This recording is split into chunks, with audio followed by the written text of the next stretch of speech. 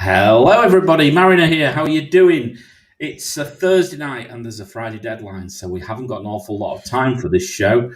And we're fortunate in that we have our missing in action gentleman back this week. How are you doing, Gabe? You all right? Good morning, Chris. Doing well. Had a rocking birthday party for my grandmother over the weekend in Florida.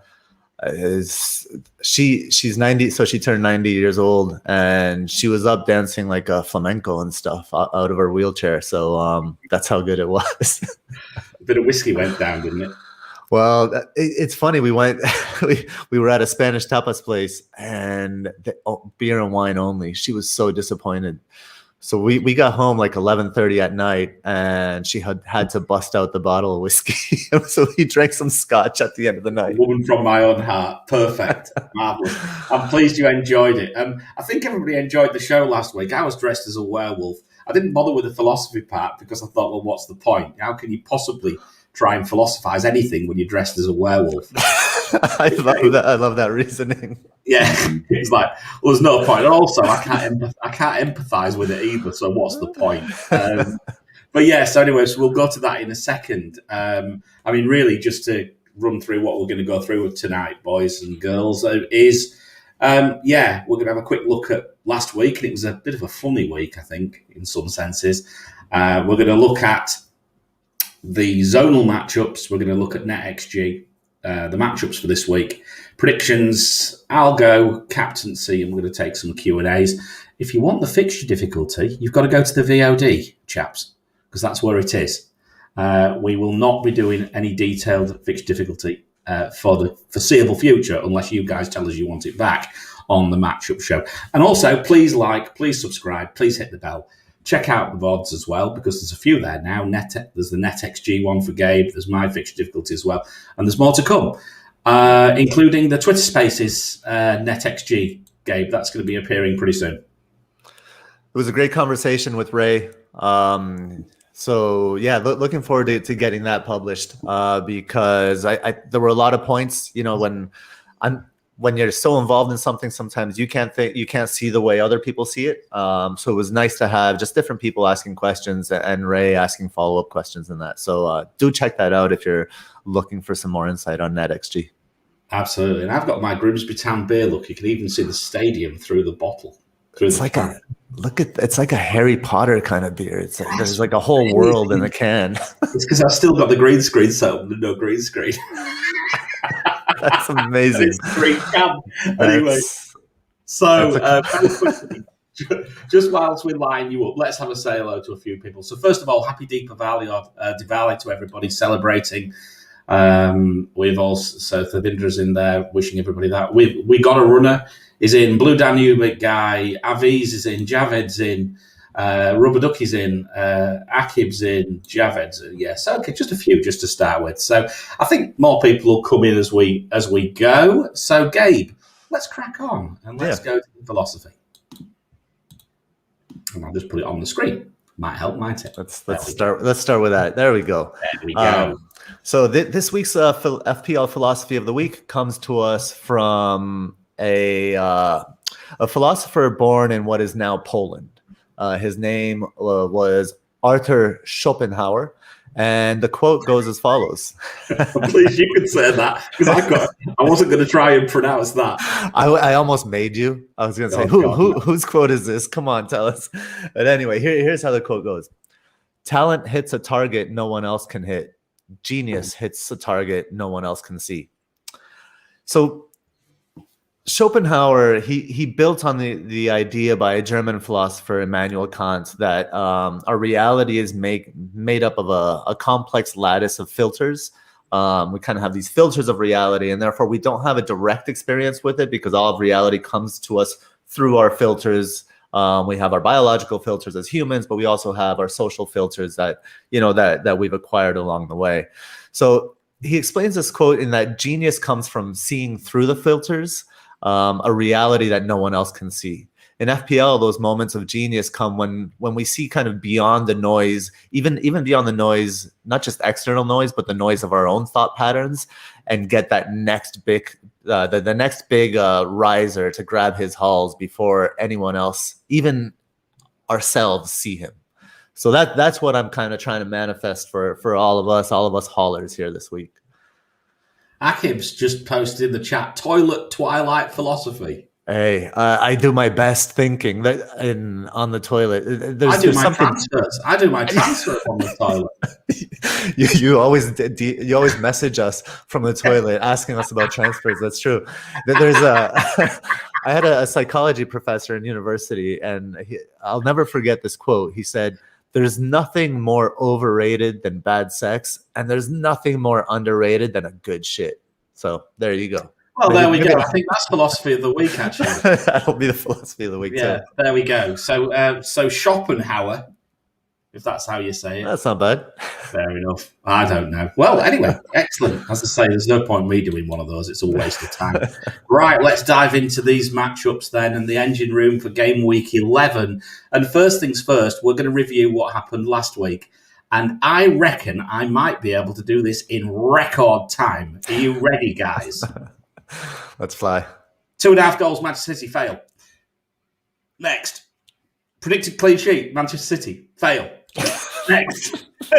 Predicted 2.5 goals, Chelsea, just, but only just. And I don't know why that's red on the screen either. I have no idea. I think everything's just taken pity with my predictions from last week. It's a sign. Well, Liverpool, 2.5 goals, right? Yeah, okay. Fail. Next, Liverpool clean sheet. Fail. Right, next, Haul of the week, Trent. Fail. Next, predicted 2.5 goals, Southampton. Fail. Next, clean sheet, Leicester. Failed after about a minute, didn't it? Well, I think we're down to about 100 subscribers now. Excellent. It's all good fun anyway. Right, we finished that. Right, let's go back. It was a funny week, Gabe. I mean, just very quickly, who saw the Palace clean sheet coming at City? I mean, interesting enough, Southampton had given us a little sniff that teams can frustrate City at home. But who would have seen the clean sheet and then the 2 goals? I know there was a sending off. Just your perspective on that. Bit of a freak? I don't know if it's a freak. I think, while it's never going to be expected, teams like Palace, who are way better than we thought they'd be, certainly way better than Hibbo thought they'd be. Yeah, very true. Yeah. I think this won't be the only time this season that City is shut out by a not top 6 side. Like, these things will happen, right? And Palace is a decent side, and things can fall this way. That I don't know. I think that's like unexpected, but not surprising, I guess, for me. I mean, the other one is, you could see that Brighton were going to possibly give Liverpool a bit of a game. We thought, particularly with respect to defence, we weren't quite sure as to whether they would create quite as much as they did. Mm-hmm. But again, I think, as I alluded to on the VOD, whilst we called Liverpool on a clean sheet, I think that was not because of Liverpool's defence. It was because of Brighton's attack, right? In a sense. And then, obviously, Brighton came to the party a little bit. Liverpool, by no means, are a solid clean sheet shout for me. I'm trying to get the words out there, even now. Do you agree? Yeah, and we'll get to the reasons why, in the show here. But I think I do agree, and it'll be interesting to kind of dissect exactly why, what is going on there. But we'll look into that. I do agree that they're not a banker clean sheet like maybe a City or a Chelsea would be. Yeah, fair enough. And we've got, I think, yeah. So Sivers in, never doubt Arsenal. Never doubt Arsenal. I don't know. Arsenal's gonna incur the evil laugh, I'm sure, at some point. I don't know. I've got to be a bit nice to them every now and again, haven't I? I mean, I was. If anybody does, please do watch the VOD, because actually Mariner does eat a little bit of humble pie about Arsenal on the VOD. So check it out, guys. I'm not quite such an asshole all the time. Well, I'd be sad. There's the laugh. I'd be sad if we lost the laugh. We have to find a new team to give the laugh to. Oh, don't worry, I found one. Don't worry, it's coming. Right, It'll be okay. later. Anyway, right. So yeah, a bit of a funny week, and I think that's probably predicted by the points as well. And again, off air, I alluded to people who I thought a little bit perhaps got out of jail this week, with perhaps one or only two returns, and perhaps a Reece James return and probably a Mo return, and then just a few bits. And I think that was the tiny margins of this week. It's one of those weeks where you could just about keep your head above water with a few returns without Reece James, but not much more. And if you were lucky enough to have that mixture, then you were fine. But yeah, if you've just had that one or two, I think he's not going to do that every week, is he? It was a game week of a lot of sinking, and the boys or the life preservers were kind of scattered. It's like you had to have James, or you had to have a combination of Rafinha and Jimenez or something to piece some kind of game week together. And unfortunately, there were so many managers that just missed on all of them, and I feel for them. I was lamenting myself because I don't have Reece James and I don't have Rafinha, but some people were really hurt by this week. So we're going to help them get back on track. It was a tough week. Week. So anyway, right, let's keep going. So that's last week. So let's consign that to the dustbin once and for all, and move on to game week 11. And let's hope it's a little bit more, shall we say, kind to us. So anyway, so it was pretty abysmal, wasn't it? You know what? It was a brutal week for wildcarders. It was, wasn't it? I saw some shockers. Yeah, I was chatting with FPL Tornado, and he's down 40 points on his wildcard from his pre-wildcard team. I heard that on a Twitter space. Yeah, I heard that. I think brutal. Mentioned somewhere. It was brutal. This week, then, let's have a quick look, and we'll put the screens back up. So, game week 11 fixture difficulty for attack. We're not going to do the whole thing now. All we're going to do is just look at the rankings and the matchups for this week. And surprise, surprise, Liverpool have the best matchup against West Ham with 3.3. They're going to take some stopping with respect to these matchups going forwards. Chelsea second at 2.9 against Burnley, and Brentford third at home against Norwich. And then there's a gap, big gap. Southampton, City and Spurs. So that's really noticeable that, there's there is three solid matchups for attack only this week, I would say. We'll see what your NetXG says about it.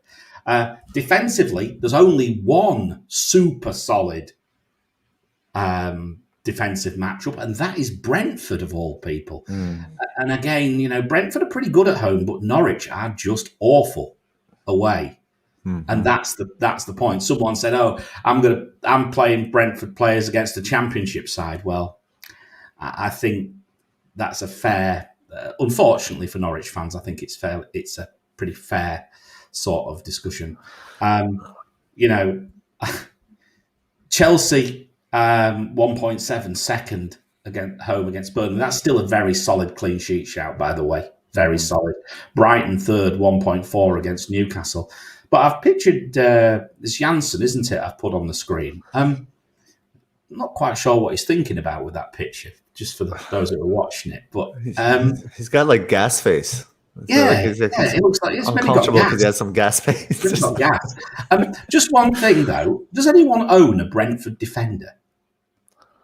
I'm really interested to know if anybody has actually gone for a Brentford defender yet.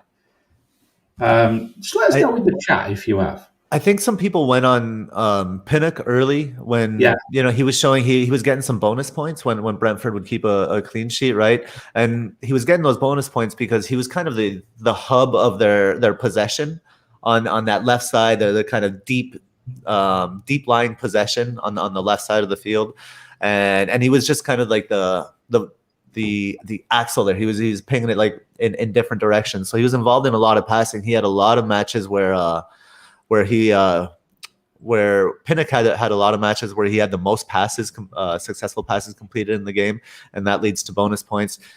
People probably dropped him once he got injured. So, but we do have Podna here says that he has Jansen, which is a really interesting selection given all of the other good defenders. I hope he's playing him this week. Yeah, I mean, if you have him, I'm sure you've got to play him. You got to play him. You've got to play him for sure. Yeah, I think so.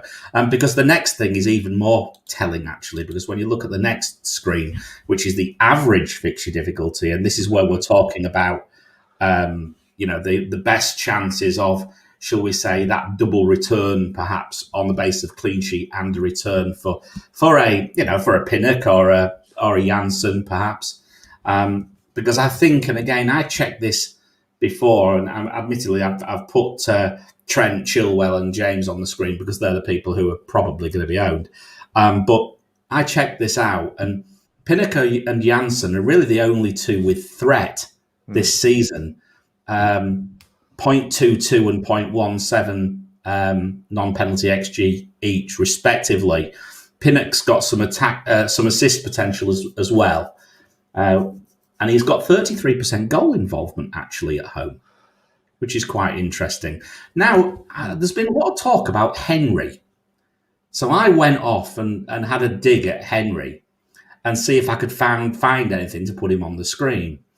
I did find something. He's created nothing, zilch, 0.00 XG at home per 90 minutes. And he's played 800 minutes or something over the season as well, by the way. And 0.01 XA at home as well, right? Nothing.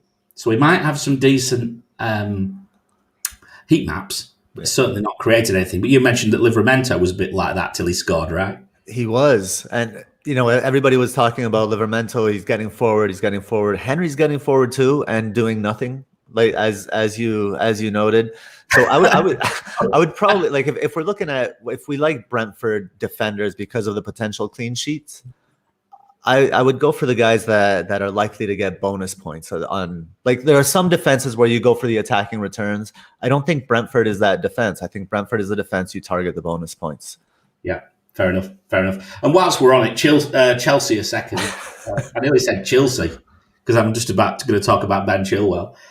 So we've got the likely lads of James and Chilwell, of course. And this is a really very telling point and question for me, really, because I own Dave, and I am so fed up of losing those 12 points, which I would have had, I'm sure, if he'd have played, or maybe more. But Chilwell looks to have this very slightly better stats, Gabe.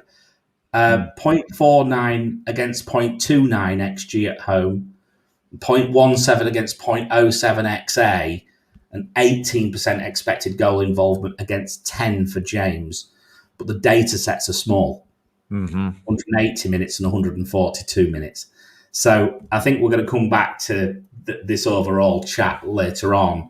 But I think that is going to be a key question. So I thought I'd throw those statistics out early, and then we can come back to them as well. And of course, Liverpool always seem to do okay. And given Liverpool are not great defensively, a 1.5 matchup for an average is actually pretty good. So, I think we're going to come on to Liverpool's right a little bit later as well, which does suit Trent, of course. We do have the state the obvious section of the show. State the obvious section, yes. Well, I mean, these three are state the obvious, really, aren't they, at the moment? Because, quite frankly, I mean, how many people in the chat own all three? How many of these three do you own? I own one. I need a second one. But I'll be honest, if you've got all three, I think you're in a good, very, very, very strong position at this moment. If people are lucky enough to have three, good on you. So, Ignatius Brian is asking us in the chat, is sell Cody for Chilwell? Sell Cody for whoever you want to sell him for.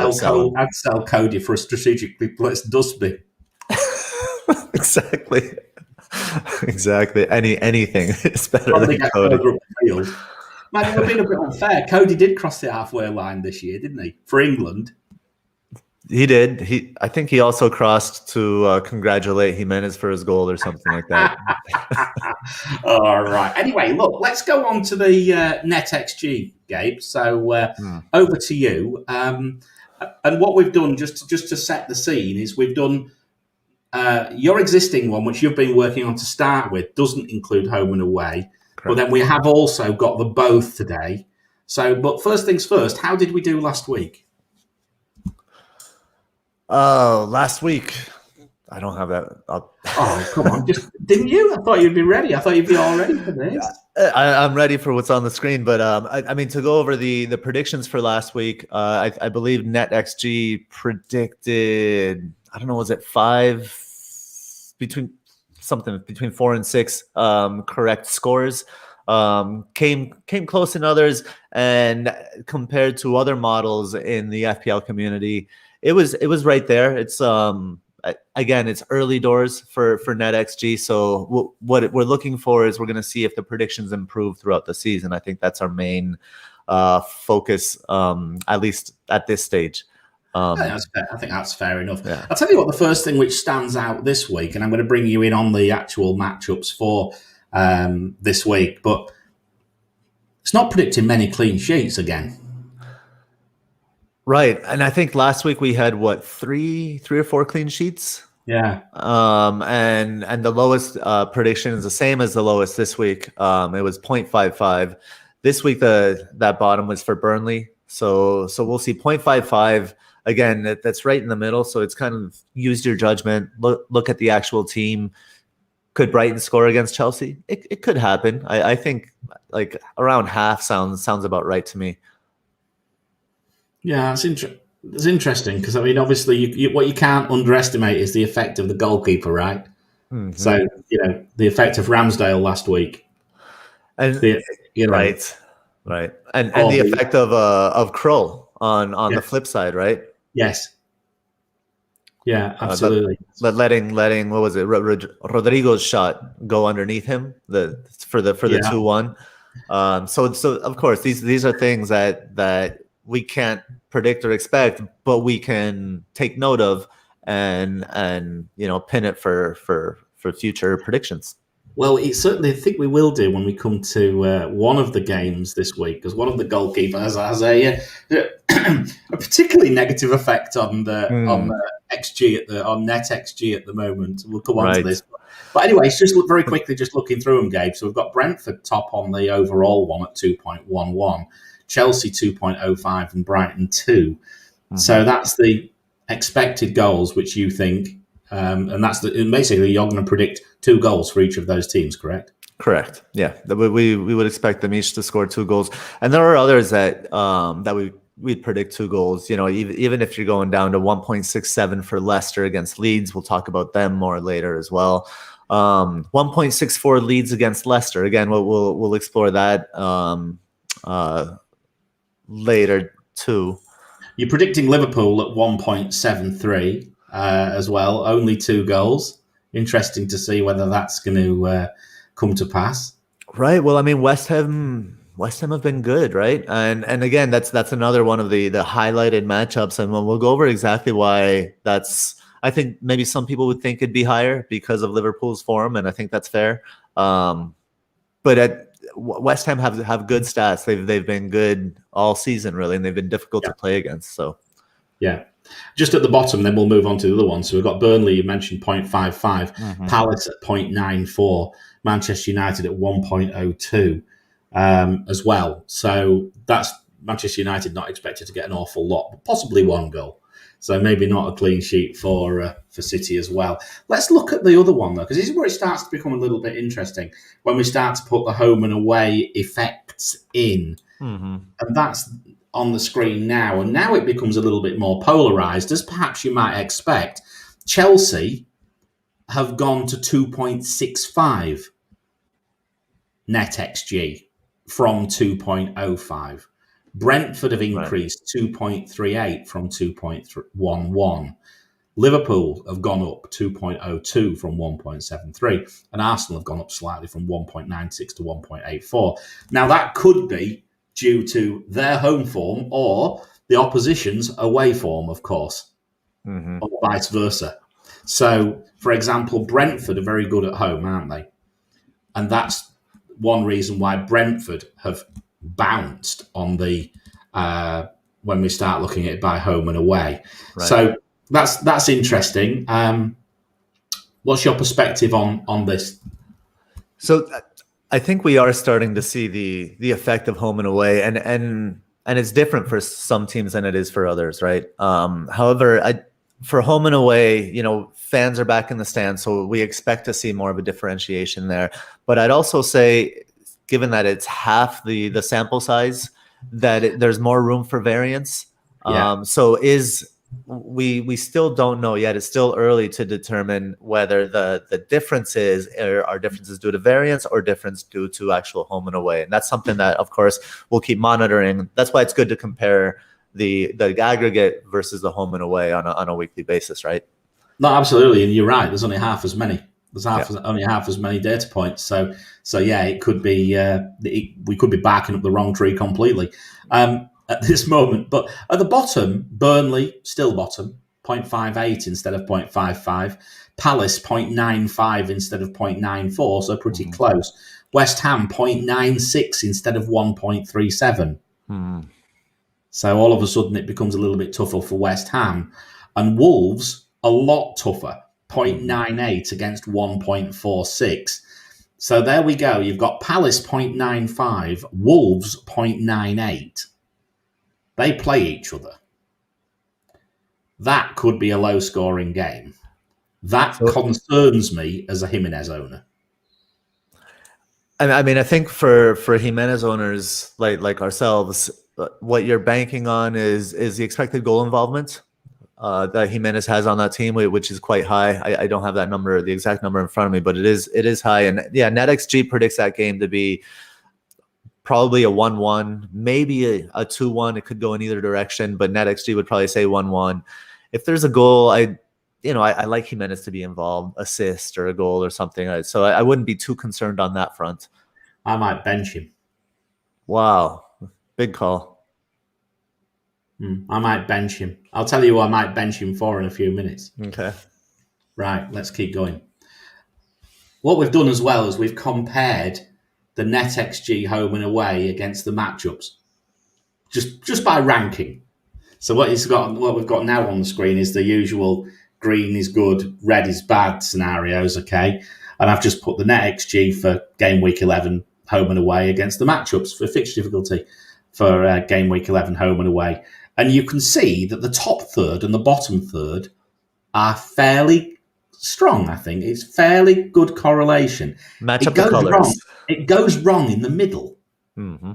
And it starts to go wrong around about Leeds. And it goes completely wrong when it gets to Arsenal. Come on, bring it. In my fixtures, I've not got an inherent bias against Arsenal. I've not deliberately programmed fixture difficulty to hate them. I don't know. I need to interrupt you there, Mariner. They say even numbers are not unbiased because it was people that selected the numbers to go in the models. And since the people are biased, the models are also biased. You can't blame me for this. You can't blame me for this. I'm going to blame you for this. I have Arsenal at 4th and you have them at 16th. They've only created, was it 2 big chances away from home all season? So they can't, no disrespect. You hate them so much. You know what I mean. You hate them so much, your machines hate them. Dear me. I'm going to have to pause. But no, look, at the end of the day, the best correlated, shall we say, fixtures are matchups are for Chelsea attack, Liverpool attack, Brentford attack, and then a little bit further down, Manchester City, Southampton, Brighton, and possibly Leeds. So, yeah, so that's where we are with that. At the other end of the scale, worse, Burnley, Palace, Wolves. Look at Wolves and Palace, equal 17th ranked. Average. So equals 15th, isn't it, actually? Or 16th. Equals 16th, I think it is, in the overall table. But yeah, let's see how this correlates again. It'll just be interesting to see how how it goes over the coming weeks. And, maybe it's the recency bias of the net XG against the historic bias of the fixture difficulty. I think that's what we're looking at here. I mean, look at Spurs. You have Spurs at 6, while NetXG has it at 12. That's a big difference, right? I'd say Villa maybe is another big difference. I think someone put a comment about Villa. I think they've only blanked. No, they've scored in every game except for one season, or they've scored a goal in every game or something like that. But I think you're right. This is a kind of like what kind of data do we use? And do we use recent data? Do we use more historic data? And this is just kind of comparing. Well, that's why we put the variance in there, right? That's why that variance is in there, because that's the sense check. That's why it's so important to watch the VOD for fixture difficulty, because we go into the variance a hell of a lot more there than we will here. We'll only cover 5 games, I think, tonight when we look at the actual matchups where we do actually talk about the variance. And for those that are new, the variance is the trend. In which direction are they getting better? Or are they getting worse in recent matches? Correct, absolutely. So look at the overall fixture difficulty and then say, actually now they are better than the average of what they were before. Exactly. So yeah, okay, right. So that's the net XG. So that's a nice section, Gabe. Keep us aware. Are you tweeting the outcomes out as well this week? Yep, I've already tweeted the outcomes of last week, I believe. The predictions will be up today. Great. Game week 11 predictions will be up today. And do check the spaces out, right? Because I think I've not listened to it yet, but I will listen to it once it's on YouTube. Yeah. So hopefully that'll be posted today as well, and you can check out the conversation we had yesterday. Fantastic. Right. Yesterday, the day before. Tuesday. Great. So now let's move on to the very popular section, which is the zonal matchups. And this is something we're very proud of at Net That Haul. Yes, so what we do, as always, is we look at the number of chances created from the left, centre and right zones of a team and compare those against their opponents conceded on their left, centre and right. And we come up, this is over 90 minutes, and we come up with an expected number of chances in the left, the centre and the right zones for the respective attacking units. So it's on the screen. Let's have a look at it, Gabe. First of all, down the left, who have we got who are looking good? So we've got Everton against Spurs at 4.1. We've got Arsenal against Watford and West Ham against Liverpool at 3.9. Ben Rama, anybody? Am I like a stuck record? I mean, you flip from, is it time to sell Ben Rama or is it time to play Ben Rama? Over Jimenez. Over Jimenez. Wow. Against Liverpool. That's quite the ping-ponging there. Like, you've been wanting to sell this guy for a month. I can't sell him. I keep seeing these matchups. What do you think, though? I mean, realistically, first things first, Everton Spurs 4.1. Is that Everton being good or Spurs being bad? I think is it more the latter? I mean, Everton has not been good recently. So recently but Spurs has been bad all season. They have been bad all season. So and Spurs do concede from the flanks. We know that they send the Reguilon up. So yeah, I think that's not a surprise. It's to be expected. Attack Spurs down the flanks. So and then although we must note this is Spurs under Nuno, right?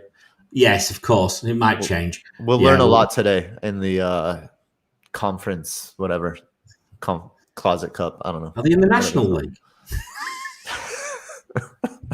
Not yet.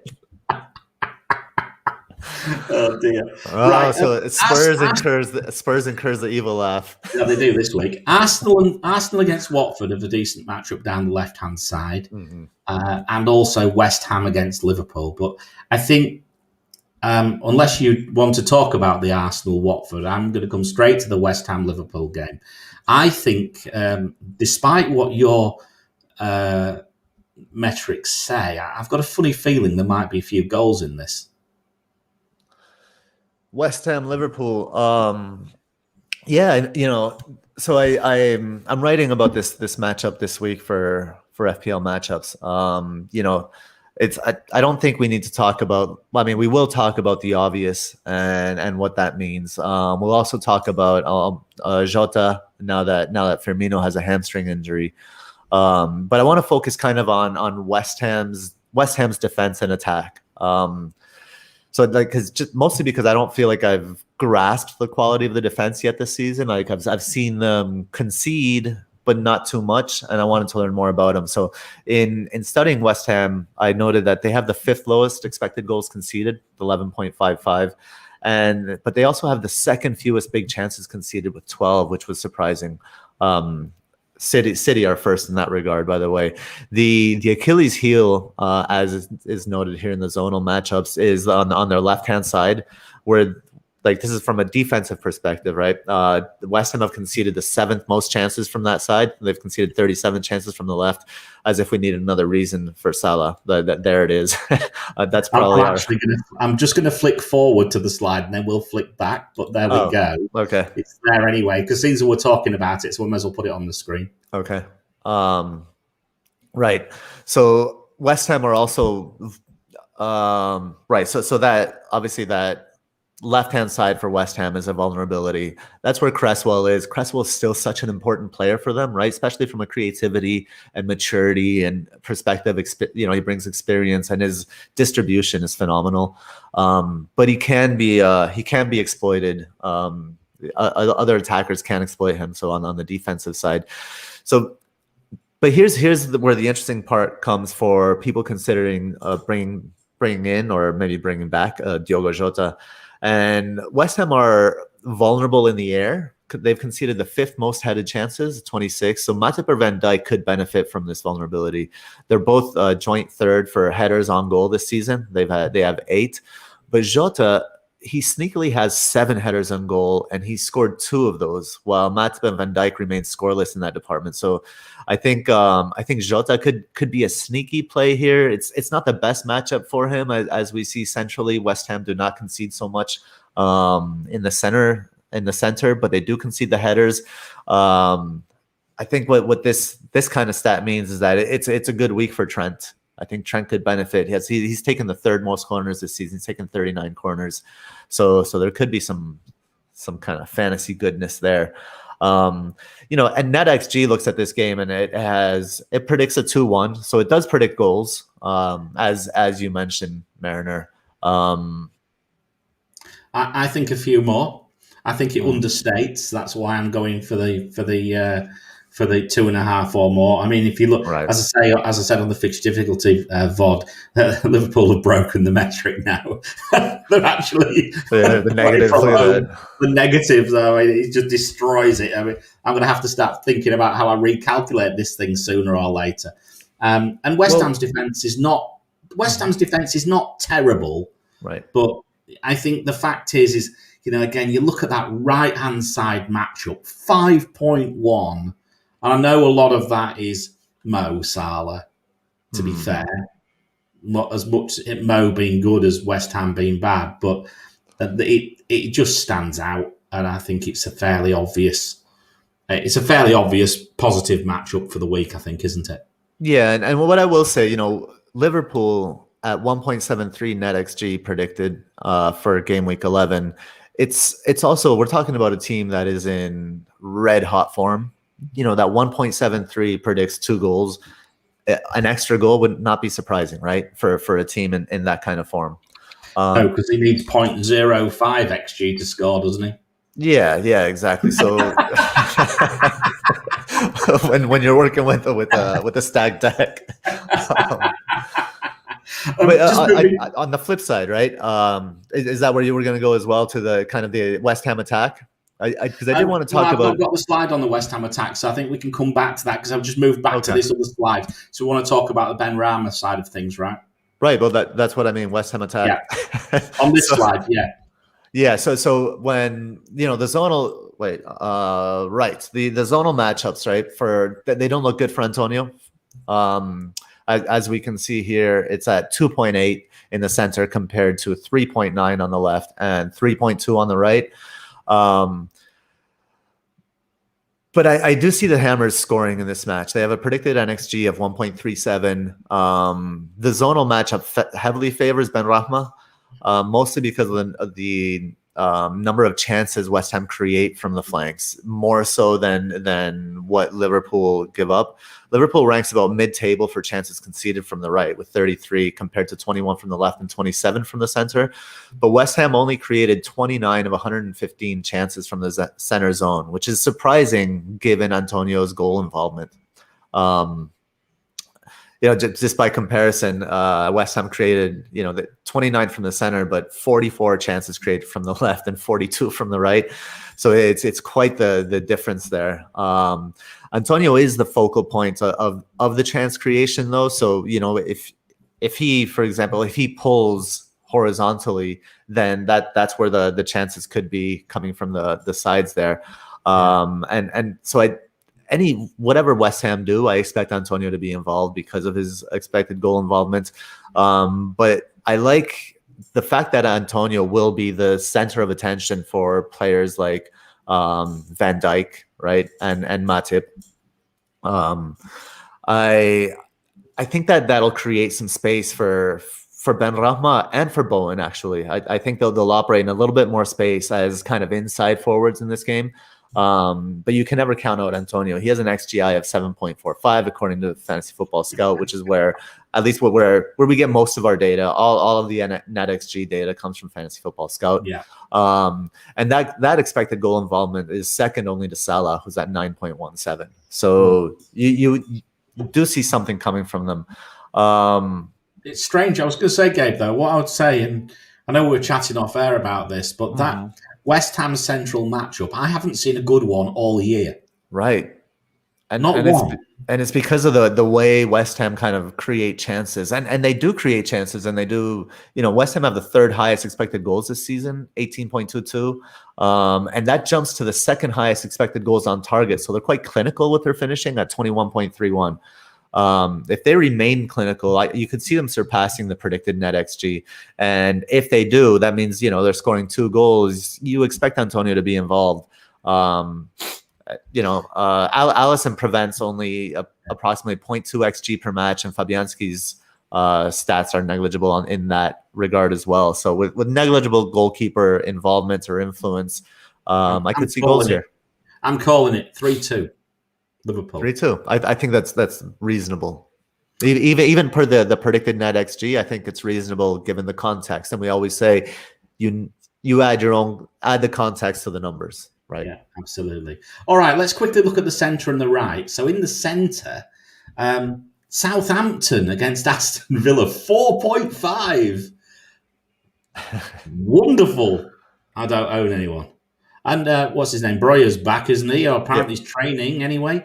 Armstrong's unlucky. Armstrong wildcarders, including the wife. Sorry, dear. Arsenal against Watford, Aubameyang, 4. And Brentford against Norwich, Tony and Mr. M, 3.9. All solid matchups there for those players.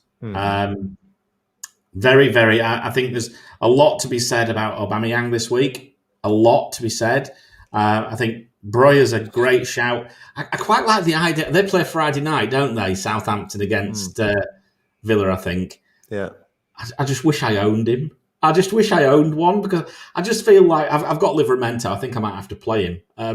I just like the idea of a Friday player playing and getting me some points. It starts the week.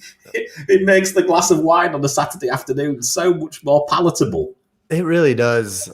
This is why I play. We have Ignatius Bryan in the chat, and we play Fantasy Bundesliga, and there's always a Friday game, and you can sub out players after they've played if they didn't do well, and it's so nice to have that Friday player, and if he does well, you smashed it, and if not, you sub him out, and it's still all good. So you, regardless of what happens on the Friday, you'll still enjoy that nice glass of wine on the Friday night.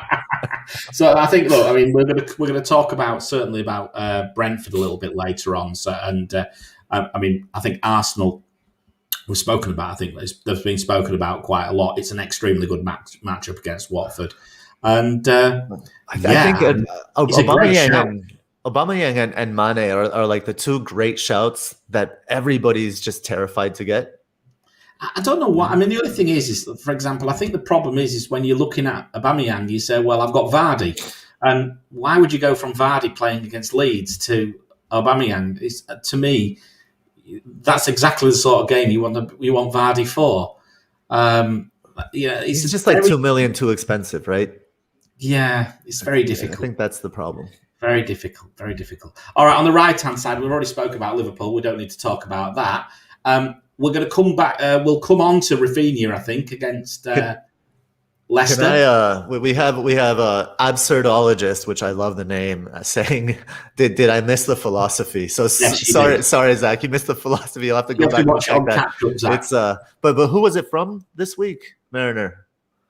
I can't bloody remember what his name was. Arthur Schopenhauer. So it's Arthur Schopenhauer. No, I have no idea. I'm still marveling at the fact my can has got Blundell Park in the back through it. Look, it's the Grimsbeer. Yeah, Grimsbeer. Yeah, well done. No, very quickly then. So, whatever the hell am I? You just completely. I just threw you off with the Schopenhauer. Completely threw me off. Right, here we go. Leeds 4.2 against Leicester. So Rafinha, will come on to him in a bit. Everton against Spurs 4.1, as we said. So 45 minutes in, just over 45 minutes in, we now need to cover the 5 matches that we're actually going to look at this week. We've already done Liverpool. Mm-hmm. So that's one of them out the way. So yeah, I'm going for 3-2. What have you predicted? 2-1? NetXG predicts 2-1 in that match. Right, okay. So I'm going for 3-2. Right, okay. Let's keep going. So now we're going to look at 2.5 goals for Chelsea. 48% for 2.5 goals, as predicted. 2.5 goals or more. Chelsea rank 3rd at home with fixture difficulty of 2 against Burnley, who are flat bottom at 4.9. So that's a 2.9 positive matchup. And the variances, you can see there, are pretty neutral. So the Burnley have been rubbish all along, and Chelsea are pretty good all along. Chances-wise, pretty much across the pitch, maybe slightly less down the middle for Chelsea. So 3.6 on the left, 3.5 in the centre, and 4 on the right. So perhaps slightly favourable to James, but I'm not sure it's enough for me to go away from my gut feel, which is Chilwell, to be honest with you. And NetXG suggesting 3 goals, according to the home and away side of things. Right. Anything on the attack? I mean, we've obviously I've put Havertz on, but is he going to start? I noticed Pulisic played last night a little bit. Yeah, I think, Pulisic played a little bit. He's probably going to be sold in January or next summer. I don't think he's really a factor here because he would play on that right side. Actually, Tuchel has played him on the right, but historically, Pulisic has also played in the middle, or I want to say, or even on the left with under Lampard. But I don't think Pulisic's really a consideration or a factor, even in relation to the players that we are interested in. My question is whether Kai was started yesterday. Was it yesterday? Anyway, started in the Champions League, right? To get him some form and some confidence, or will he be rested? Even I think the Tuchel turntables are in full effect. So I can't work him out. I can't work him out at all. And I think you've just set the scene perfectly for the next slide game, because I was chuckling away to myself when I put this slide up, because this is the terrors of FPL right on this slide. Pick one. In fact, pick 2 or pick 3, right? Which one? For crying out loud. I've had Aspilicueta now 2 weeks. Yes, all right. He had a knock the first one. I didn't know. Maybe he still had a knock last week. I don't know whether to sell him. I don't know to stick, twist, or do it. I don't know what to bloody do. because they've got far and away the best odds for a clean sheet, 58%. The third at home for defence, 2.4, against Burnley, who are not terrible attack-wise away at 4.1. They're 14th. So it's still it's still a very positive matchup for Chelsea, minus 1.7 for Burnley as it happens. The chances-wise, the zones, the bright red look, so doesn't suggest they're going to get many chances, maybe a few. So I think chances will be at a premium. Net XG home and away suggests a clean sheet, or just about a clean sheet, maybe one goal. I've said a clean sheet. Which three this week, or five? Well, I don't have any, so I'll be hiding behind a couch large enough to hide me from all of these players. But I do want to reference that the Reddit post that you sent me, because I thought that was very interesting, and I haven't heard many people talking about that. It's worried me. Please reference it. Okay, so this is a post on Reddit. Fantasy PL is the community on Reddit, and it's posted by Mr. Bot. And should I just read it really quickly? Yeah. Okay, so he says, as a Chelsea fan, I've noticed a trend with Tuchel's selection this season at right center back. He started Chalobah against every team we have faced that play with two strikers. Brentford, Tony Mabumo, Villa, Ings Watkins, Norwich, Pookie Sargent, Southampton, Armstrong Adams. Whilst the games he hasn't started have been against teams that play with just one striker: City, Spurs, Newcastle, Liverpool, Arsenal. With Reece James likely to start at right wing back against Burnley, I'm confident the trend will continue and that Chalobah will start at right center back due to Burnley playing with two frontmen. Edit. I've got the Southampton Cup game mixed up with the league fixture, where Redmond played instead of Adams. Admittedly, he was more of a wide man than a striker, but Southampton always set up with a 4-4-2 formation, so I feel it still fits the trend. Edit 2. To add to the sample size, Chalobah played against Southampton in both the Cup and the league game, and I've also missed out the Palace game at the start of the season where Palace played with two strikers and Chalobah played 90 minutes. Make of that what you will, my friends. Oh, God. I'm going to have to sell him, aren't I? I just thought it was a really interesting perspective. Now, I don't know if it entirely fits, as some of those scenarios, it's not actually a front two. It's more like a 1-1 or something like that. But still, it's something to consider. And we have to admit, Chalobah has been playing well. And, when you have a young player that's developing like that and they're playing well, the worst thing you can do is not give them game time. Yeah. There he is. He's hiding at the back. Look, just out of the way, Chalobah. Yeah. You see him there, just hiding, just poking his head up through the thing. I deliberately did that as well, just to make sure he's just popping his head up.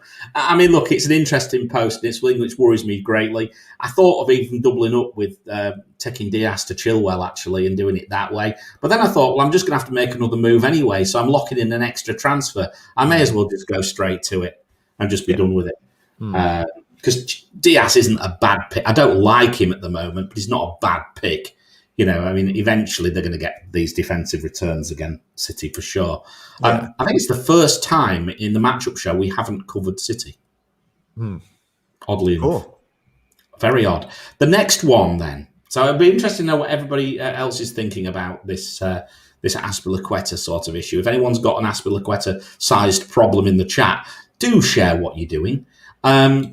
Let's look at the next one. Brentford, 2.5 goals. Here we go. I don't own any of them. Although I did read somewhere that Tony flatters to deceive with his points. But maybe he doesn't need to do. Maybe it's probably likely he's going to do all right this week. But they're only 23% for 2.5 goals or more, oddly enough. I think that might be a bit stingy looking at that matchup, if I'm honest with you. 2.6 at home, 5th, Brentford, against Norwich 19th at 4.9. So it's a very positive matchup. Net XG suggests 2.38, and Brentford look like they're going to create most of the chances through the middle. Bring on Mr. M and Mr. Tony. Mr. M. Yeah, I don't know. I think the percent, was it 23% predicted 2.5 goals or more?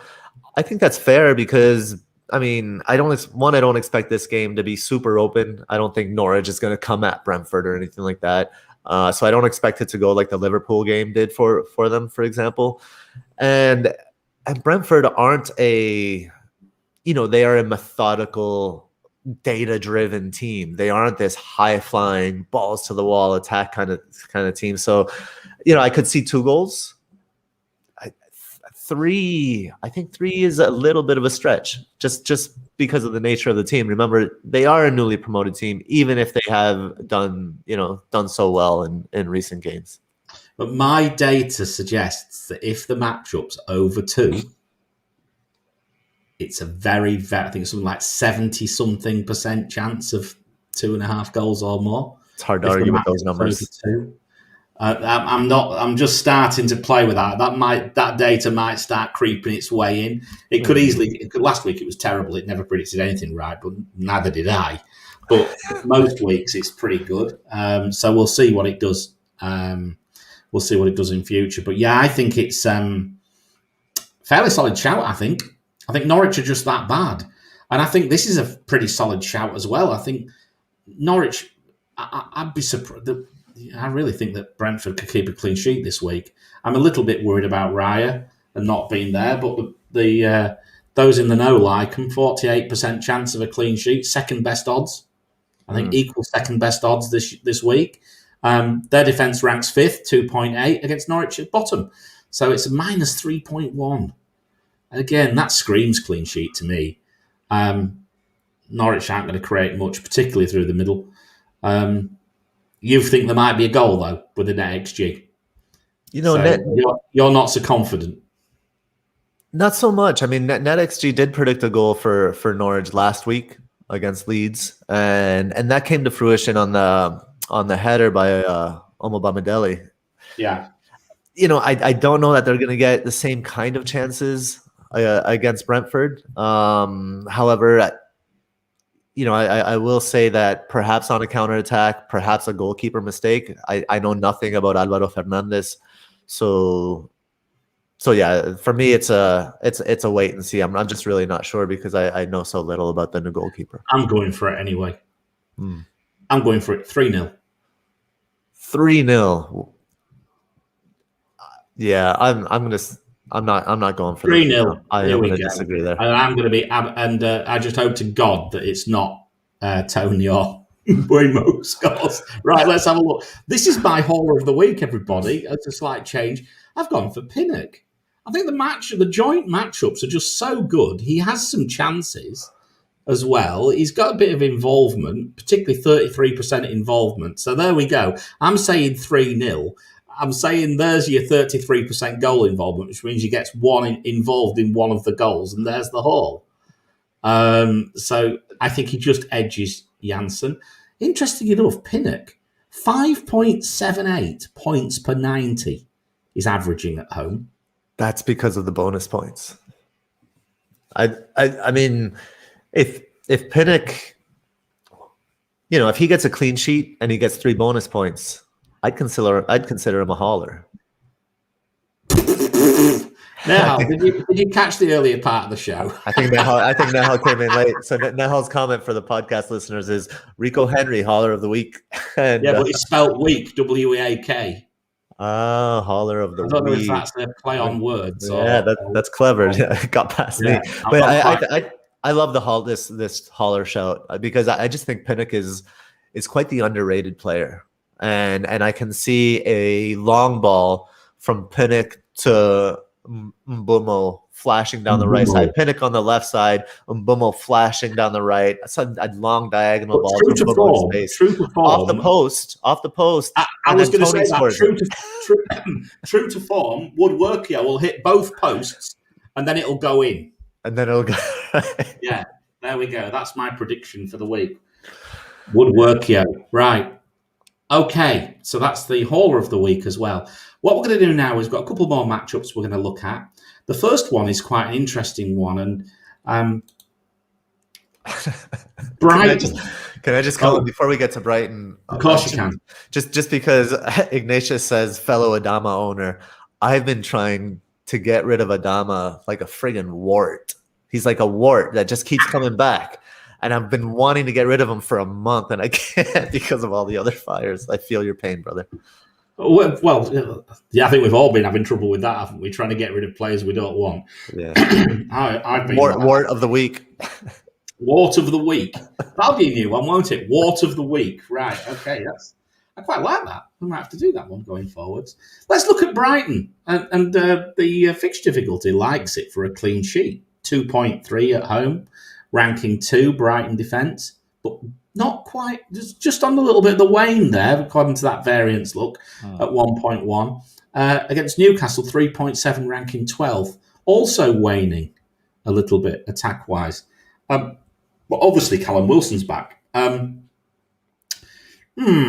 Chances for Newcastle, possibly something down the left and down the middle, but nothing screams chances for me. But my experience of Callum Wilson, particularly when I don't own him, is that he only needs one chance.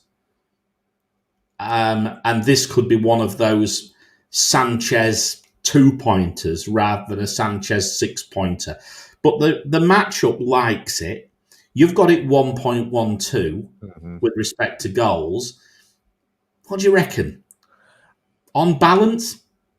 I'm going to side with NetXG, unsurprisingly, because I mean, there's the always cheating podcast. They have a name for Callum Wilson. Do you know what that name that they use? The truth. The truth. Brighton are expected to keep a clean sheet, except they're facing the truth, and then the truth is going to score, man, because the truth does not need much to get his point across. Well, I've got my electric desk now, so I'm just going to do a Joe Linton, a new Joe Linton. I love this. Mariner's dropping with his electric desk. So that's Joe Linton for you. So if Joe Linton scores, I'm going to do the entire next week pod like this. I'll put it back down again now. There we go. It's my new toy, everybody. Anyway, look, we're just being stupid as usual, but that's not uncommon for us, is it? When we're on together, 1.12. I'm going to stick with it, but I do think it could be. It's one of those. It's a case of watching it through your fingers. I think it's a borderline one. It really is, and that's the last of the predictions. So what we're going to do now is we're going to talk about one more game. I think in particular. Mm-hmm.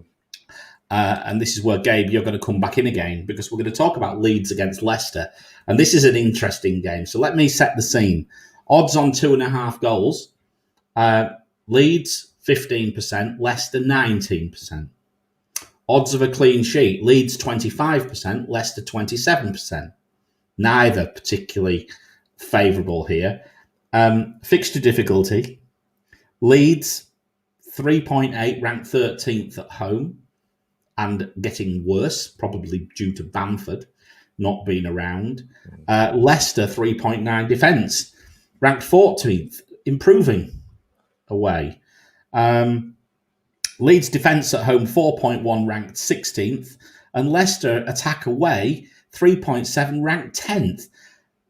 Not a lot to shout about. Very, very mid-table, run-of-the-mill, average teams. And a pretty neutral sort of matchup, really. Very neutral matchup. Mm-hmm. Less than a half either way. Mm-hmm. Gabe, I'm going to come to you. I'll let you do the zones and the NetXG all in your general chit chat about this. We've got our mates on the screen. I own 2 of these. I own Rafinha and Vardy, and you've put Iniacho on the screen as well. So yes. let's have a run through this and see what you think, because. The zones have got me interested. The zones are interesting, and I'll start for the podcast listeners. I'll just read out the zones to start, and then I'll get into kind of what this is one of the matchups that I'm featuring on the FPL matchups this week. So I'll get into kind of my analysis and what I've seen in this matchup. So precisely like the fact that it is such an even matchup, I think that it's kind of middle of the road, not likely clean sheets. I think that's what makes it so interesting. because there is a feeling that it could go either way. Just net XG for Leeds is 1.85, and the predicted net XG for Leicester is 1.3. That's home and away, taking into account home and away, of course. And then the zones for Leeds, it's 3.6 on the left, 3.3 in the center, and 4.2 on the right. For Leicester, it's 3.1 on the left, 3.6 in the center, and 3.6 on the right. So with that being said, it's interesting because in the past kind of 24 hours, I've been trying to figure out what to do with my team, and I've asked several people, and I've been reading community posts on Twitter, and I'm seeing recommendations to both buy and sell Rafinha, which I found really interesting and kind of fits with the neutral matchup we're seeing here. But Rafinha has a higher ownership at 18.4% than any Chelsea player, barring Mendy, who's at 18.9%, which was surprising to me. Also has a higher ownership than Son at 17.5%, although I'm sure that'll change by next week. Higher ownership than Smith Rowe, higher ownership than Jota, who's only at 12%, and has returns in 4 of 9 matches he played. He was subbed off early in the Wolves match, so that was, let's just say, call it 8.5 matches, 4 returns, 6.6 million. Seems like kind of a decent deal. I think the detractors of Rafinha, the people saying to sell him, they see that the team seems to have a ceiling when it comes to their attack. And while it's nice to rely on Rafinha as a talisman, that talisman role is capped by the team's weaknesses elsewhere. So I can see why people are wanting to sell Rafinha. But I can also see why people want to keep him. So here we'll go into that. So or even buy him like myself, considering that as well. So I was surprised to learn that Leicester have conceded the joint third fewest big chances, 13. And Rafinha only has 2 big chances all season. So we're not looking for much from that department. Advantage Leicester there for sure. But on the flip side there, Leicester have conceded the 4th most small chances. And Rafinha has these, despite only 2 big chances and despite only a 1.77 XG this season in 8.5 matches, he still has 4 returns. So he could make the most of those small chances. And I think just that element, the fact that Rafinha makes the most of small chances, gives him a really nice floor against a middling defense. So Rafinha's, when I was looking at his heat maps, right, his touch heat map stretches kind of along the length of the right side of the field, kind of from midway inside his half to all the way to the end line. But his passes received heat map is more concentrated. This is normal. Obviously a player's touch heat map will be broader than his passes received heat map, but the way it differs, I think is important here, because he doesn't get high up the field to receive passes, and that'll be relevant here shortly. So we see, like, when you watch the games, you see Rafinha, he gets wide and drops deep to link play, right? That's where he receives the ball kind of right along midfield, and he likes to have room in front of him. He likes to exploit room in front of him, right? You've seen him drive at defenders, seen him drop on that right-hand side, and then he looks up. And when he's looking up, then defenders, the way they react is they start running backwards. That's what Leeds want. Leeds want to get the opposing defense to start running backwards, and that's where Rafinha gets dangerous. So it would have been better for Rafinha if he were facing Luke Thomas, but it looks like Ricardo Pereira should be back, which would send Castagne back to the left-hand side. But even so, I think if Rafinha can get past that first line of pressure, or if he can catch Castagne or catch Leicester with Castagne up the field, high up the field, and catch them on a counterattack, I think he could see some bigger returns, have like even a bigger floor, or even increase his ceiling. But it is going to take him getting past that initial area of pressure to get to a weakness that Leicester City have on the top of the box on their left-hand side. So if Rafinha can get to kind of the box, and I do believe he can in this match, then I like his chances. And then lastly, this is a point you alluded to earlier in the show, Mariner. It's the goalkeeper. So Schmeichel is one of only 2 goalkeepers, Krul being the other one, with an expected goals prevented of less than -5. He has an XGP of -5.1, and Krul is only slightly worse with -5.2. That's how bad it is. And Krul is only slightly worse. Goalkeepers. There used to be a goalkeeper at Grimsby many years ago. I mean, maybe remember him, called Steve Sherwood. He used to be in goal for Watford. He played in the cup final against, I think it was Everton many years ago. And he used to, like that, be in goal, and he'd just go, just watch the ball fly past him. Well, oh God! Well, what Krul does, and if you saw Rodrigo's goal this weekend, Krul like belly flops on top of the ball, and the ball goes underneath him. But no, seriously, but with all seriousness, you mentioned Schmeichel. That has a big impact on that net XG number, doesn't it? Because it changes it from about 1.1 to about 1.8 or something like that.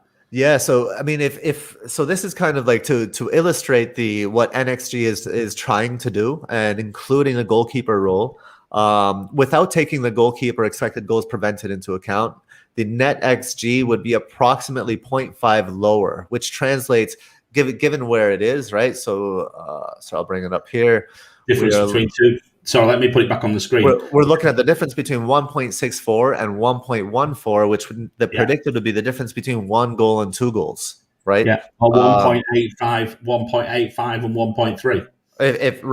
When we're taking into account home and away, it's so it is a big difference. The goalkeeper's role, the goalkeeper does have a significant role in this game, and I think that's what kind of, the teams are evenly matched, but that's why net XG likes Leeds more than Leicester. It's because of Schmeichel. So good. I hope he dives over the ball a couple of times, because I only seen him.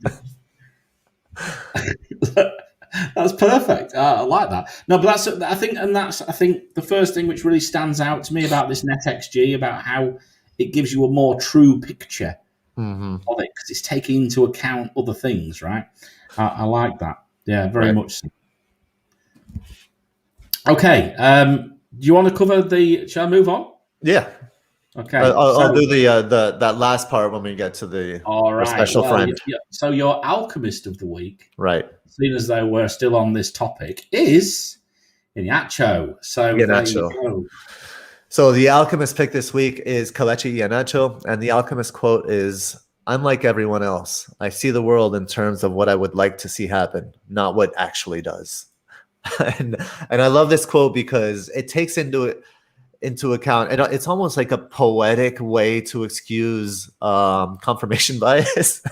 It's like, but it's also because we see the world as what we would like to see happen, not what actually does. But it's also a way to kind of affirm like an aspirational quality to life, where we see the best in things and we hope for the best. And I love Iheanacho's goal celebration. He looks up to the sky, and it's just like a sense of gratitude.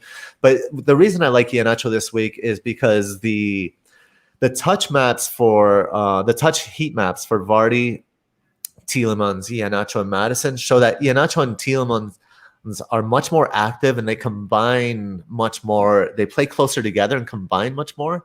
And they, in that kind of like central right area of the field, just outside the box, that's where Leeds have a particular weakness. In their left center back, which I believe is Cooper, who I believe is the captain inexplicably. But when you look at the other side, Vardy and Maddison they play much further apart from one another, and they're combining much less.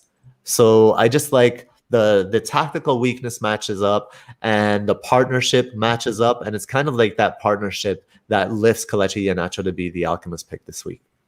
Fair enough. Very good. Personally, I was hoping you were going to pick Jamie Vardy, but clearly not. But never mind. No, I would never do that for you, Mariner. No, I know you would. I know that.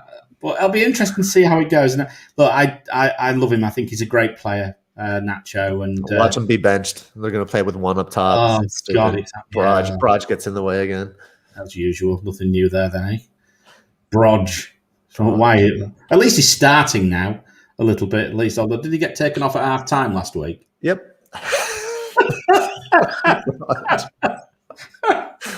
Oh, goodness me. Right, anyway, guys, get your questions in because we've only got a couple more slides and then we're going to go to the question to the Q&As. So if you want to put your questions into the comments now, please do. And whilst you're at can I say one last thing about Leicester? hang on. I just need to tell people to smash like. Oh, go ahead. Please smash that like button. If you haven't smashed the like button, please do so. Gabe, back to you. Just really quickly, one last point. Why I kind of like Leicester maybe to exceed the predicted net XG this week is that the following players have a greater expected goals on target than expected goals, which means that they're kind of in form in terms of their finishing as they're adding XG once the shot is taken. And the list is long. It's Vardy, Iheanacho, Daka, Tielemans, Madison, and Ayose Perez, who is back healthy again. There are some others, but those are the main ones whose expected goals on target is greater than their XG. So that clinical finishing could mean that they exceed their statistical expectations. Ayose Perez, seriously? He's finishing when he plays. God, bloody hell. Watch him start over Iheanacho, I'm telling you. Scraping the bottom of the barrel now. We'll be talking about Harvey Barnes next. No, he's one of the only ones that doesn't have that. Hell yeah. I've been vindicated with Harvey Barnes. Suck it, Surya. No, not Surya. Who was it? Siva. It was Siva that challenged me last season. Stick that up your pipe and smoke it. That's right. Smoke some Harvey Barnes. Absolutely. Absolutely. Right, let's have 30 seconds, Gabe. Just say, what are you waiting for? Are you craving more FPL content? Then look no further than allaboutfpl.com. Head over there for weekly articles from some of the top content creators on the planet. So what are you waiting for? Head over to allaboutfpl.com, the website for all your FPL needs.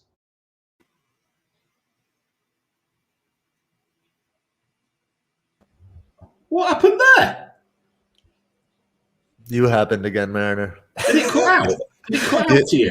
It cut. You cut out, and then you were on mute. I think you lost connection momentarily, and now we're back. Oh well, what are you waiting for? The top content creators on the planet. Siva says Gabe definitely won the war on Barnes. I'm sorry, Surrey. We'll play it again. We'll maybe play it again at the end. Yeah. Let's see if it works. I don't know what happened then. It was really strange. It cut out. It doesn't normally do that. Look at what's happened to me slide here. Have you buggered it up? It was like that last night. I thought you were going to fix it. No, never mind. Anyway, look, it was the algorithm did dreadfully badly last week. Nearly as bad as everybody else. I think nearly as bad as this photo. You can 33 see points. That's a dreadful photo for Livramento, isn't it? It really is awful. Why can you see his acne? You can see his acne. Yeah, he's got some Photoshop going, Mariner.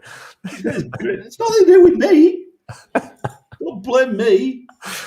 But no, I mean, he was the top scorer. So there we go. That's where I put him on the screen. 6 points, right? Very poor. 2 returns. Next. That'll bring our average down, doesn't it? Let's look at the algorithm for this week and see what it's doing. I'm not going to bother playing the music. Can't be bothered. Salah tops it, as always. Mm-hmm. The average fixture difficulty is 116.7. That's because it loves the fixture difficulty, as we've already said. And it's gone for treble Liverpool, treble Chelsea, and treble Brentford. And we were having a discussion about this at lunchtime, and I think we might change this. I think we might go to a differential 11 going forwards, just to try and do something a bit different. It's getting a bit boring because it always just homes in on these players. So we'll have a look at it. But let's do it for this week and see how we go. So it's gone with Sanchez in goal. It's gone for James, Chilwell, Pinnock, and Trent. It's gone for Salah, Mane, Havertz, and Norgard because it just loves Brentford that much. I don't know how the hell it's picked him. It must have been drunk as a skunk. No, I mean, if I could say, Norgard has sometimes been a creative hub in central midfield for them. So maybe it's right then. Maybe it's just me not noticing it. He links play between the deep lying possession triangle and the high up the field penetration triangle, and not only that, but he does track and win balls in midfield. I respect that pick.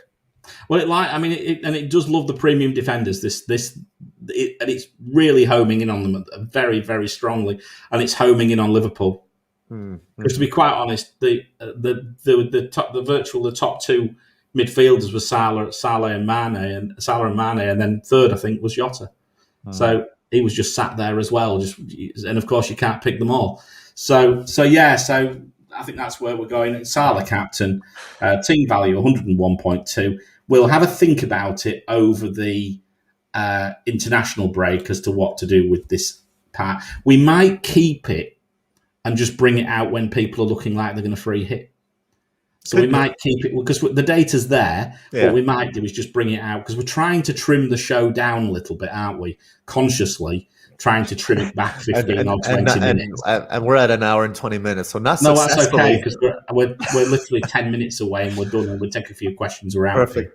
I love how Oriol Romero is like algo bombing this team. Like instead of a photo bomb, an algo bomb, he's like making an appearance and has like no business being on it. He's cheap though, isn't he? I needed to find a cheap player. He's the cheapest. Yeah, he's a bench player on the bottom of the list anyway. But who cares?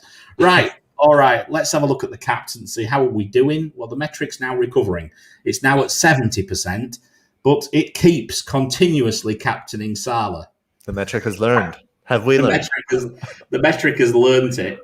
It's captain Salah 1, 2, 3, 4, 5, 6, 7 times.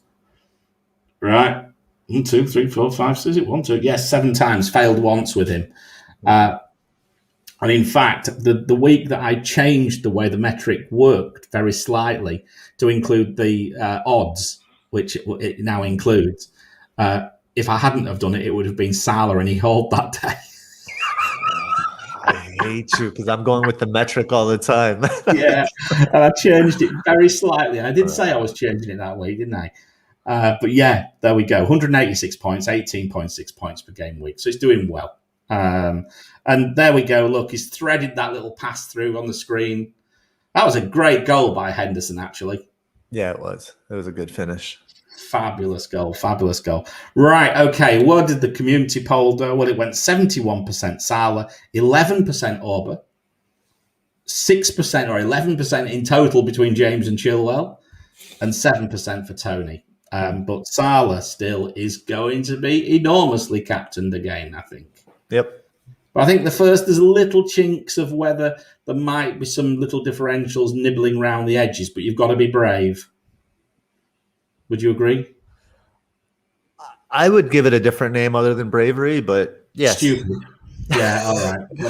I mean, insanity comes to mind. Insanity. Well, no, look, I if I owned Aubameyang, I owned Salah, and I owned Trent, and particularly if I owned someone like Jota as well, then I might just think about it because I've got enough chances of finding that goal and assist from a partnership of the two to almost lock it, shall we say, to just soften the blow a little bit. But I don't think it. I think the trouble is overthinking.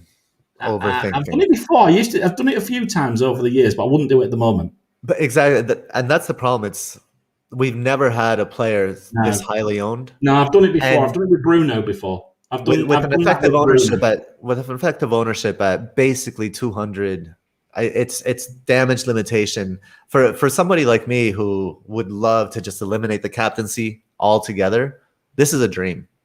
Just to all pick the same person and rely on the rest of our selection. You hate captaincy anyway. You hate it. You absolutely. I like it in fantasy Bundesliga. I think it's fantastic, the star players, but captaincy in FPL is the shits. Yeah, absolutely. So anyway, let's see what his EO is this week. I'm going to guess 160. What do you reckon? More? 180. Oh, man. Well, at least you don't have to worry about it. You just have to worry about everybody else. Exactly. Yeah. Exactly. And there's the metric, everybody, and it's Salah, and he's miles ahead again. It's ridiculous. It's just mad. It's 42% haul, 83% returns, 125.4 fixture, 8.6 points per 90, no rotation risk, 88% end time return according to Hub, by if you're adding goals and assists together. gives you 102. Mane, 8% haul, 75% return, only 6.6 form. So his form's down with a small rotation risk, 70% goal or assist, 9, and basically that gives you a point 90. And then we got Jota, so it's 1, 2, 3. Let me ask, and I don't remember, does the captaincy metric take into consideration the zonal matchups? No. I've not managed to do that yet. I might do that in future. It's something that probably be a end of season, close season sort of scenario. Yeah, maybe next season. The problem is, of course, is that players sometimes play in different positions. Occasionally. That's a good point. That's a good point. So bringing context to the metric, add that Salah has the best zonal matchup this game week. You can lift them even further. We can probably move on. It's just Salah. Yeah, I'm going to do the best of the rest anyway. Vardy, 25% haul, 58% return, neutral fixture, as I said earlier. Form of only 4.8, but he's got 75% chance of a goal or an assist. 20 Chilwell, best of the rest as well. Defence, the best of Chelsea. I think that's what I would say. Chilwell is the best option for a Chelsea defender. Looking at this as well, he's got 83% returns. Chilwell this for the metric this season, and with that very, very strong chance of a clean sheet, look, 54%. If he's got an 83% chance of a return as well, that is as near as damn it as a whole locked in. It's so close. Same return percentage as Salah, which is interesting. Pardon? Yeah. Same return percentage as Salah, 83%. Yeah, absolutely. Because, of course, it takes clean sheets into account, you see, for defenders. Yeah, for sure. And that, that's interesting as well because, you're saying that your gut feel that you favor Chilwell over James. Whereas I think right now the collective consciousness is shifting towards James because of his 21 friggin' points. But here, seeing the numbers up here, your metric favors Chilwell. So that's and that's why I think it's a tough one because we've had this debate already, haven't we? Who's got the most rotation risk as well? James could play inside, but Chilwell, I suppose, only got Alonso against him, and is Alonso now out of favour? Who knows? It's so confusing. It really is, and and there's the rest. So interestingly, Son and Kane are going to have to go some to climb up this metric, and I know they are going to start coming back into people's thoughts. But look where they are, mid-ish sort of range. That's all. Not in great form. So I think it's going to be very much be a Liverpool and Chelsea show for weeks to come, I think. I've got a challenge here from FPL_Pepsi. He says I think that's he sent us a question back in the day, in a video question. He says, I'm captaining Chilwell, and if I fly, I'm giving it to you next week, Gabe. You have to fly higher than Salah. You have to fly higher than Salah in order to give it to me. But look, it's brave. It's very brave. I don't think it, but look, looking at those numbers, it suggests that he's got a very, very strong chance of at least one return in my view, anyway. To the extent that I may well still go Azpilicueta to Chilwell and just be done with it. Yeah, and then just think I'm going to just consign the move to the bin and then just move on. So I was still so irritated. I've got Azpilicueta anyway. The only reason I've got him is because Rudiger got injured. I'd never even have had him otherwise. Okay, so that's that. So let's have a look at questions, Gabe. What have we got? Have we got many? We've got a lot of questions, and unfortunately, I didn't log into StreamYard, so I can't display any of them. You didn't log in? I forgot to log in. I'm just looking up. I was like, iniciar sesión. Right, okay. So it's going to be on you, but I can point them out for you. Right, hang on. I'm just going to try and go back and try and see where we start. Sure. Okay. While Mariner's looking for the questions here, a banger is asking me a question specifically, and he says, "What is Gabe doing with Cristiano? Pivot to Spurs or hold?" So, Siva, you know how I feel in general about Spurs assets, specifically about Kane. No, I don't like owning Kane, and I know that goes against a lot of the thinking in the community. But I'm going, and it's mostly an effective ownership move. I'm going Cristiano to Tony because of the matchups coming up and because of his ownership. And then I'll probably get Son. I think I prefer Son to Kane, just based on what I've seen this season so far. I think Kane is a bigger risk in terms of what we've seen, also a bigger risk in terms of price. So just to limit them, but I definitely want a Conte player, so it's going to be Son for me. You see, for me, I'm thinking it from more of a structure side, and I might think that Kane might be a better shout because then I can get back to that double premium. I've got Salah and a premium up front as well, and then that gives me the ability to pivot back to players like Ronaldo and whoever else. So I'm actually thinking that Kane might be a better option from Vardy up from that perspective. That's my thought process at the moment anyway. So one thing that I'll say, because I think you bring up a good point, structure is so important. And a lot of the guests that we've had, Tom Stevenson and Matthew and Salah, Abdul, they've all talked, even Nick Triggerlips, they've all talked about structure and how keeping a structure and being nimble is important.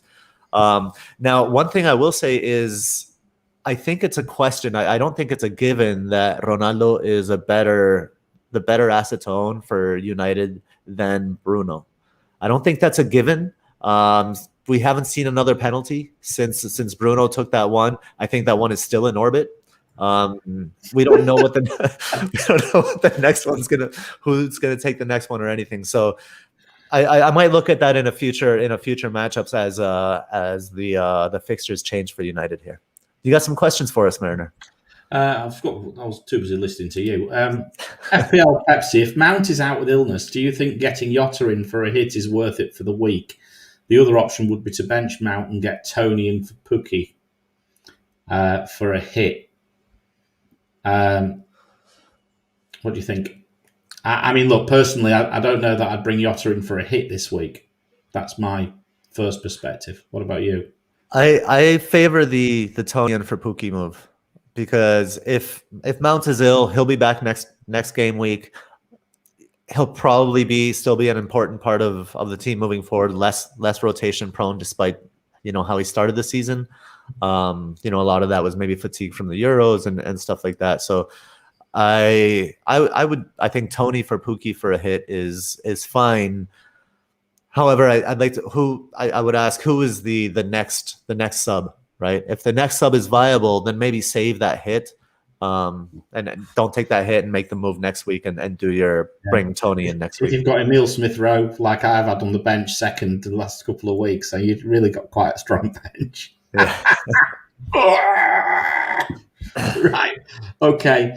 Quick question on EO from Steve. Now Kane may come into the mix. How does effective ownership work out if we choose the right or wrong captain? Well, the first thing which we're going to have to say about that is Kane needs to be owned before he really starts to affect the EO. But look, I mean, the point is that he may well, and Son, both may become captaincy options and shouts from game week 12 onwards. They've got some good fixtures, but they're going to have to go some to get to the level of ownership that's going to really start to really hurt you. I think the point is that at the moment we're in a strange situation where there aren't many there's one absolute standout captaincy shout, and a lot of others where under normal weeks they would be right up with Salah, but they're just not.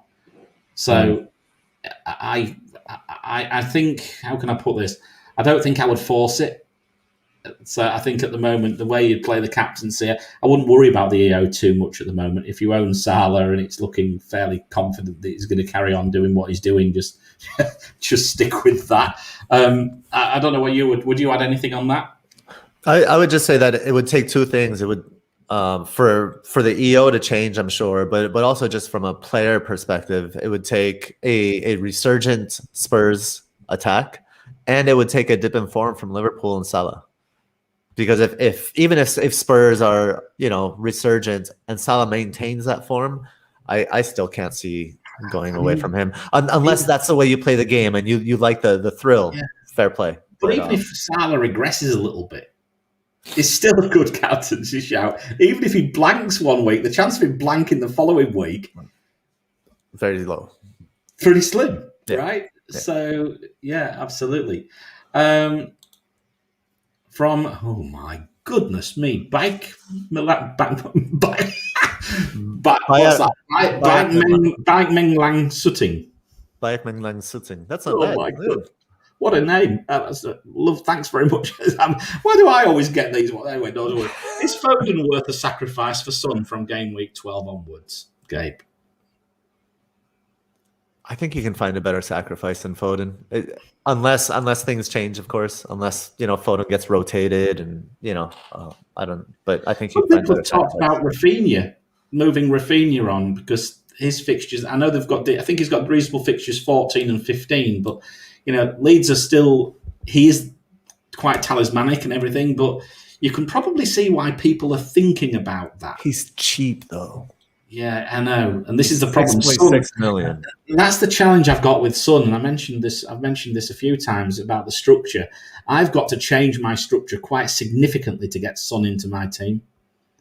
I think it takes 3 moves in total to be able to do it properly. I've got to downgrade a defender. I've got to downgrade a forward and then upgrade a midfielder to do it. That's why I think Kane's a better shout for me personally. So yeah, we'll have to see how that goes. Right, hang on a second. Here we go. Now we're getting into it. We're getting some great questions, by the way. So I just want to thank all the absolutely viewers and all the haulers. 99. Would you start Armstrong or Livramento this game week? Livramento. Yes, I agree. There's another one, Absurdologist. I love this name. What a great name. Do I start Armstrong, Cancelo, or Livramento? Cancelo. Always. Yeah. Why would you not? Especially against Manchester United. Cancelo start, Livramento first bench. Adam Armstrong somewhere else. So what's this? Bench Antonio then? Someone's saying bench Antonio. Who's that? Ignatius, bench Antonio. That was in response to a previous question, I believe. All right, well, hang on. We've also got Antonio is the question for me. My backup 3 are San Maximan, Gray, and Amati. From Andrew. I personally, Antonio. I'm starting him. He's shown that Antonio has shown he can score against anybody. Yep. He's in good form. Liverpool are not by any means the best defence out there. They've improved a lot compared to what they were in previous years, yes, or for what they were last season, I should say. Mm-hmm. But that said, no, I would play him. I still say 3-2. I wouldn't be at all surprised if there aren't goals in that. Right, hang on a second. Right, what have we got here? Raya Tagaita or McCarthy from Nehal? Oh dear. I'd have to check the fixtures, but initial reaction would be not McCarthy. Yeah, not McCarthy. Not McCarthy. I mean, although if Livramento is a good shout for clean sheets on occasion, by definition, wouldn't McCarthy be as well? Yeah, but would you? But I mean, I would imagine a lot of us own Livramento. So he's also 4.0. Would you double up? Would you double up then? Correct. That's a great point. Livramento is the guy to get. So I would say that if you don't have a Brighton defender, I would go to Sanchez because that covers the Brighton defense issue off. So I think it's basically almost like for that. There's no one who's absolutely standout. So what I would do is look to try and plug a gap, for perhaps, if you've not got an Arsenal defender and you might, you could get Ramsdale or someone like that. That type of scenario. So, I would probably go Sanchez if he didn't have a. Although there is an argument where that says that it's worth getting an Arsenal defender, so not Ramsdale. You could get Duffy, so not Sanchez, because you could cover it there. You can get Livermento, so not McCarthy, but you don't want any Palace defender. So you could have those 3 cheap defenders covering those, for good matchups on those teams, and then go with Guaita to cover the Palace defense, who look good this season as well. But most of us are. I mean, I think the maximum of those cheap defenders we're going to have are 2.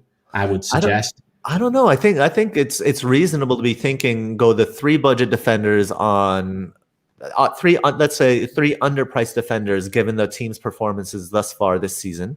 Right. And so that 3 budget, go with the budget goalkeeper for the 4th team, which could be Guaita, and go with Chilwell and Cancelo as your other 2, and then invest the money up front. I think that's a viable strategy. Okay. I'm not sure I agree with you. I'm sure you don't. I'm sure you don't.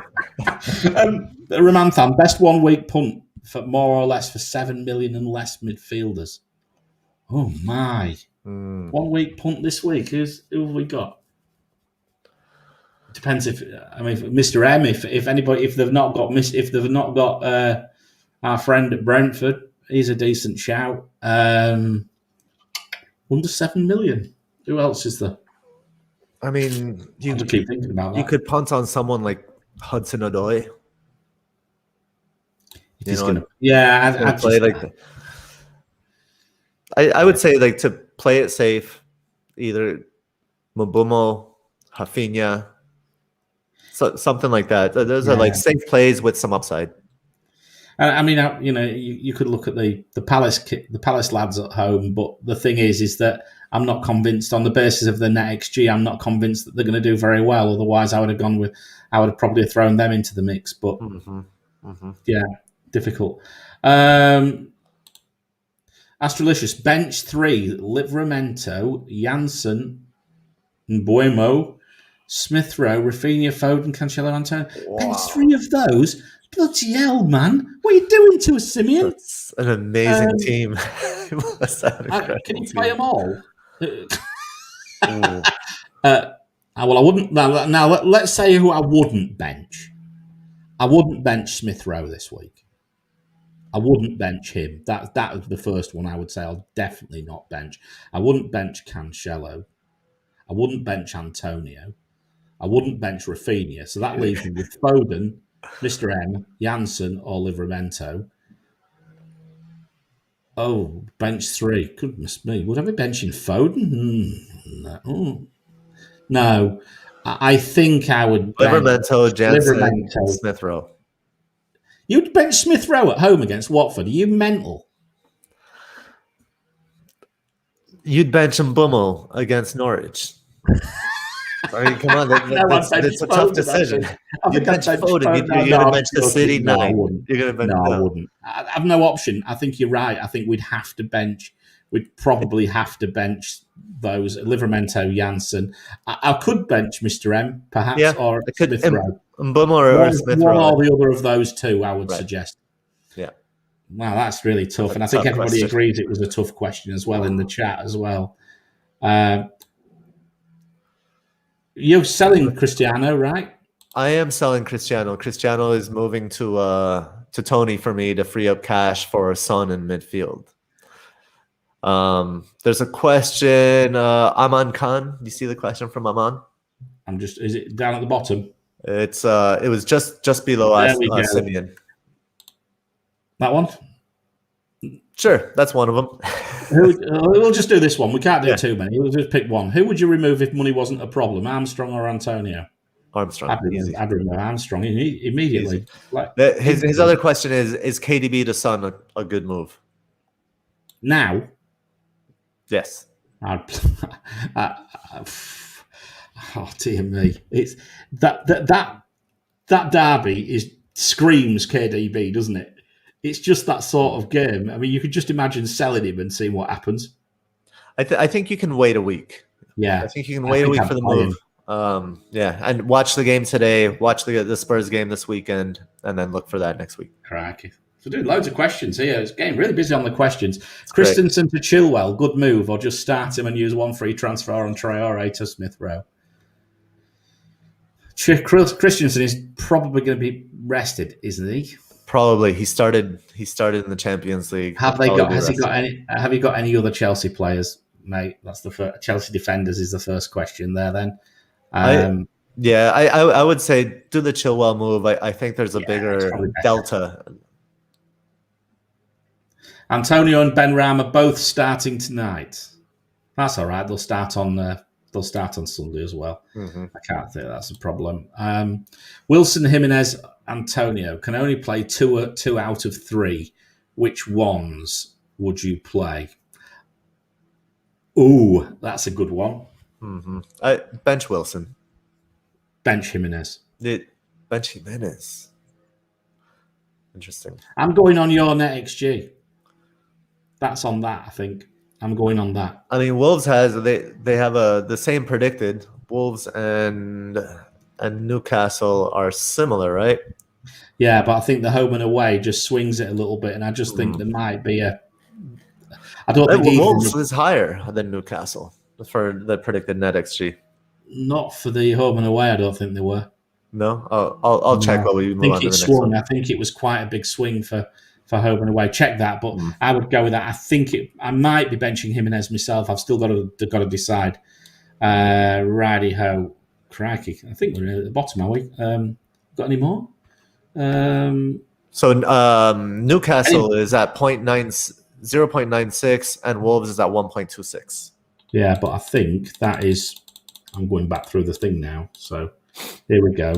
So Newcastle are 1.12 according to the home and away, and I'm just going back to the slide. So the Wolves are 0.98 away.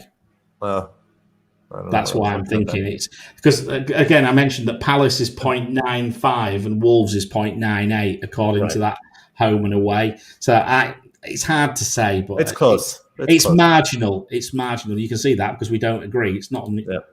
So, righty ho. Is it a good time to serve a free transfer from Ignatius? The answer to that is yes. Yes, if you can. If you can, for sure. Okay, right. I think we'll knock it on the head there, mate. I think we've answered as many as we can. I didn't want to be on much longer than 1:45, and we are. But anyway, it's been good. Everybody in the chat, thank you so much for all your questions. I hope it's helped you. We are looking forward to going laying in a darkened room for a few days because it's international break coming up again, which is pretty handy. I've got to be honest. Gabe, thank you. Pleasure's all mine. Good luck to everybody this week. Thanks for joining us in the chat. Thanks for all the amazing questions. Hit that like button. Hit that for us. Subscribe button, please. We're back midweek. Not midweek. We're back next weekend, aren't we?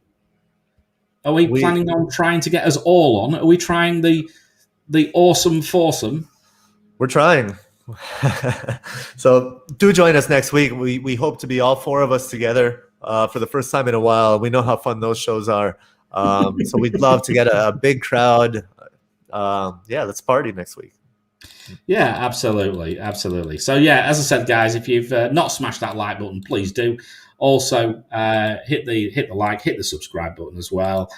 And apart from that, I think we'll just say we're going to try and play this advert again on the way out. I think today. Yeah. We'll see if it works for poor old Surya. Apart from that, all the best, and I hope you net that haul. And don't forget to watch that VOD. It took me about 55 takes. Make Mariner happy. Just give him a Please watch it. Just leave it on in the background and just leave it playing over and over and over again. That's right. It's fine. All right, guys. Take care and speak to you soon. Cheers. Bye. Are you craving more FPL content? Then look no further than allaboutfpl.com. Head over there for weekly articles from some of the top content creators on the planet. So what are you waiting for? Head over to allaboutfpl.com, the website for all your FPL needs.